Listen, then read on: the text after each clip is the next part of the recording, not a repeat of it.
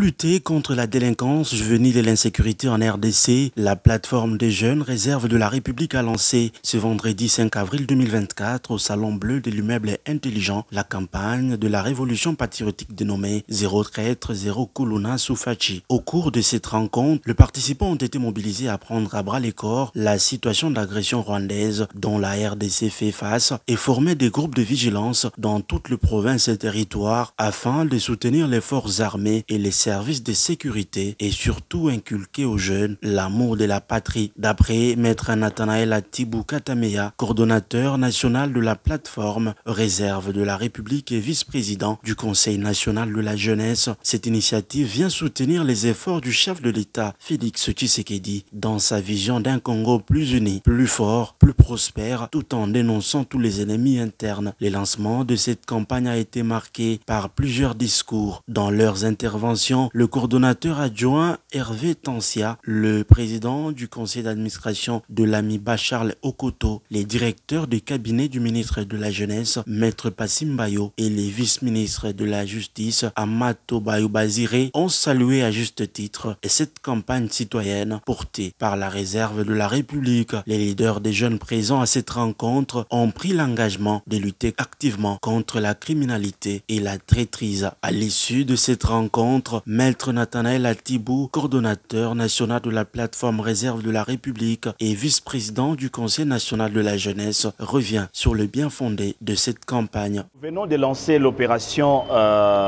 Zéro Kuluna et Zéro traître Sufachi.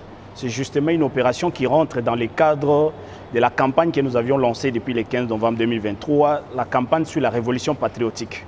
Aujourd'hui, le chef de l'État a son nouveau mandat, il a un nouveau quinquennat qu'il place sous une vision d'un Congo plus fort, plus uni et plus prospère.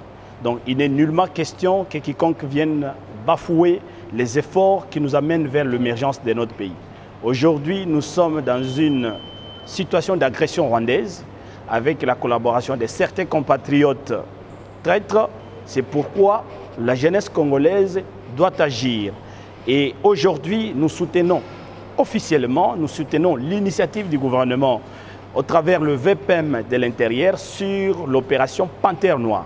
Nous avons soutenu effectivement et nous soutenons la position du gouvernement au travers le ministère de la Justice sur la levée du moratoire pour la peine de mort. Il faudra qu'il y ait des mesures très fortes pour sauver d'abord la patrie. Et c'est pourquoi nous avons toujours dit que la patrie avant nos partis, la patrie avant tout. Voilà pourquoi aujourd'hui la jeunesse est engagée, la jeunesse se met debout, la jeunesse est déterminée à collaborer avec les services de sécurité, à collaborer avec les forces de l'ordre pour mettre fin et résister à toute forme d'agression et de déstabilisation à l'intérieur comme à l'extérieur du pays. Il s'est dénoté que l'opération Zéro traître, Zéro Kuluna Sufachi, initiée par la plateforme Réserve de la République, est une continuité de la campagne Révolte patriotique qui avait été lancée en novembre 2023 sous le thème Rôle et responsabilité de la jeunesse pour la sécurité et la défense de la patrie.